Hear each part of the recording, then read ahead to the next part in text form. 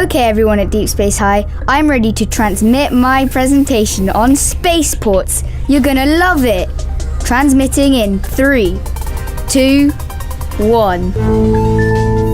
Have you ever imagined being an astronaut, experiencing weightlessness as you orbit the Earth? Maybe visiting a neighbouring planet?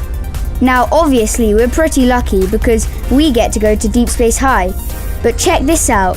In the near future, everyone on Earth might have a chance to go into space and fly in the same way as they travel by air from airports. All thanks to Spaceports.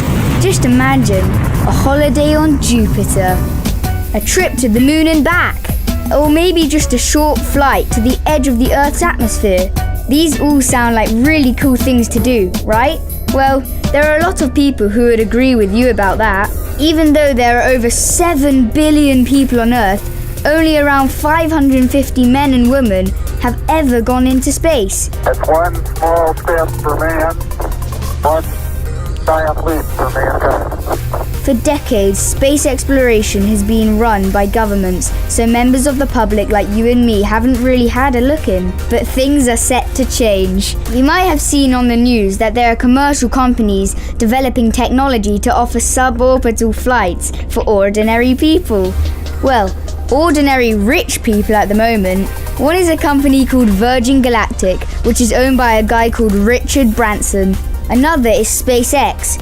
It's owned by someone called Elon Musk. You might have heard of him. He is also behind the Tesla electric cars. In fact, there's a whole bunch of companies working on ways to get people into space. Commercial space launches are already taking place all the time across Earth, but most don't involve people at all.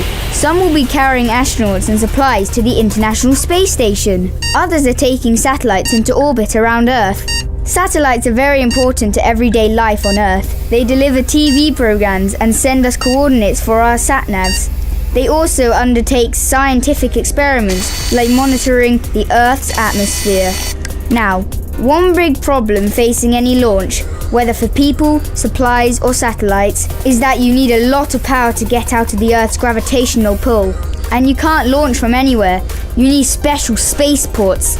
At the moment, there aren't any spaceports in my home country, the UK, and you have to go to America and Russia, or further afield to Australia and Brazil to hitch a ride.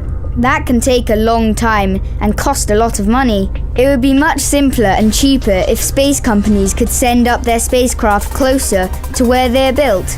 And this is where things are changing. The British government wants the UK to be the first country in Europe from which commercial flights can be launched. Now, what spaceports look like and where they'll be are questions which haven't been answered yet, but I'll be giving you the lowdown on it all in my amazing presentations on Spaceports UK. Losing the connection. Catch you next time. Deep Space High, Spaceports. With support from the UK Space Agency. Find out more at funkidslive.com/space.